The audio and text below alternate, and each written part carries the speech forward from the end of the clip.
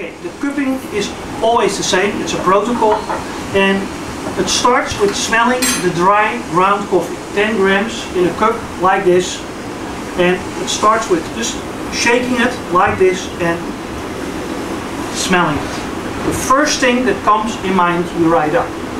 Now, of course, you will be never involved in this cupping process if you write up for all 10 coffees, it smells like coffee.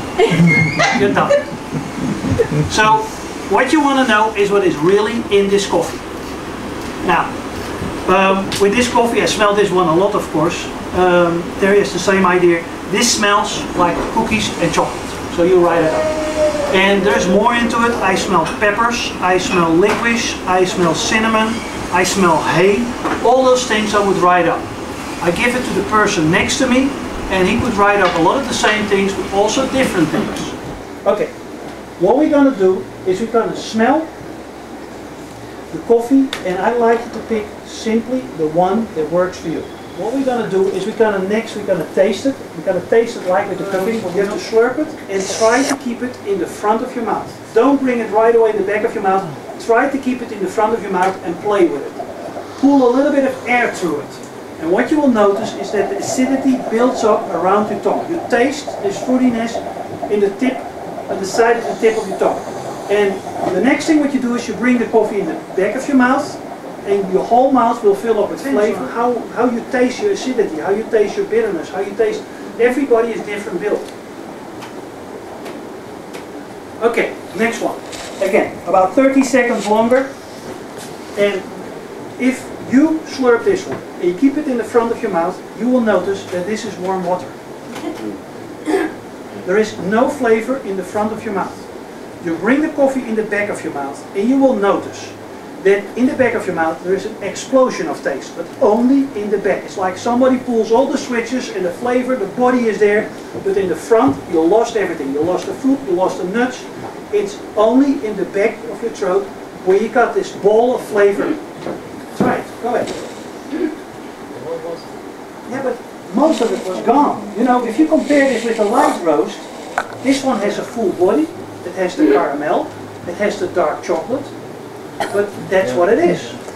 The bitterness maybe came down a little bit, that's also normal in a dark roast. Now, your question, what most places do in the United States is they take it one step further than this. You lose the caramel, you lose the dark chocolate, and it gets replaced by something that I like to call charcoal.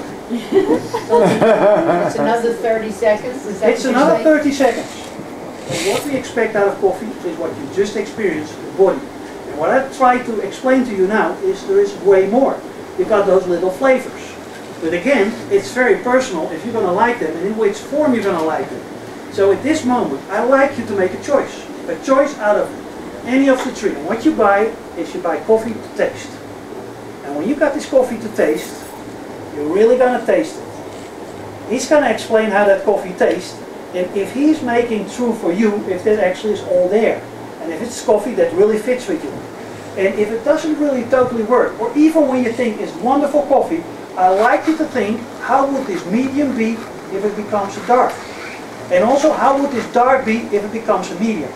You know, the dark, going back to medium, would get more of the little flavors.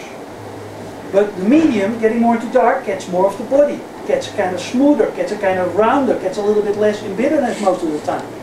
In both cases, it could adjust the coffee more to your flavor. If you're understanding what I'm trying to tell you here, you are capable of buying coffee.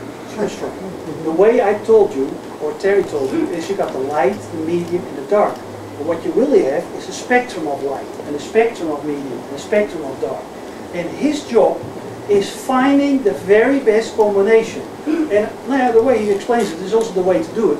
He looks for the best combination of all the flavors you can get out of that coffee within that spectrum that works for him. And then you hope it works for you too. That's, yeah. It's been working for me so far. Yeah.